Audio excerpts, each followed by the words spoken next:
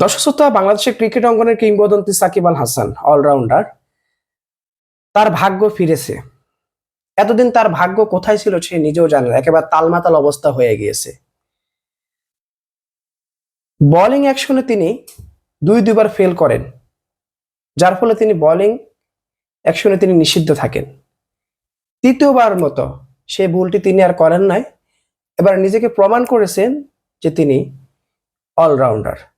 তৃতীয়বারের মতো তিনি বোলিং অ্যাকশনে পাশ করেছেন, ফলে খুশি তার ছোটবেলার কোচ নাজমুল আবদিন ফাহিম। দর্শক শ্রোতা, প্রসেসটা পাশ করেছেন, তৃতীয়বারের প্রসেসটায় পাস করেছেন পরীক্ষায়, তাতেই খুশি জোয়ার। বিসিবি এক বিবৃতি নিশ্চিত করেছেন ও তথ্যটি এমন খবরে যার পরনায় খুশি হয়েছে সাকিবের ছোটবেলার কোচ সাদ্দাম হোসেনের ঘোরকে। নিষেধাজ্ঞা কাটার কারণে এখন আর বাধা থাকলো না সাকিব আল হাসানের।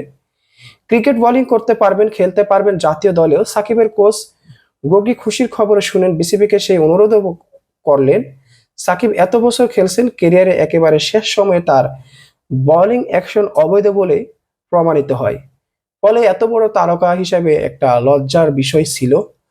সে লজ্জার বিষয়টিকে কাটিয়ে পরিশ্রম করে শেষ পর্যন্ত তিনি নিজেকে প্রমাণ করে ছাড়েন যে তিনি অলরাউন্ডার। সাকিব ফিরে আসলো, বিষয়টি খুব আনন্দের। দর্শক শ্রোতা, ইংল্যান্ড বোলিং অ্যাকশনের বিশদ পরীক্ষার পর নিষেধাজ্ঞা প্রত্যাহার করা হয়েছে সাকিবের।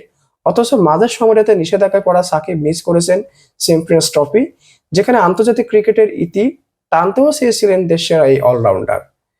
তার মানে বোঝা গেছে বাংলাদেশের জাতীয় দলে নতুন করে আবার সাকিব আল হাসান ফিরতেছেন, এটাই বাস্তব।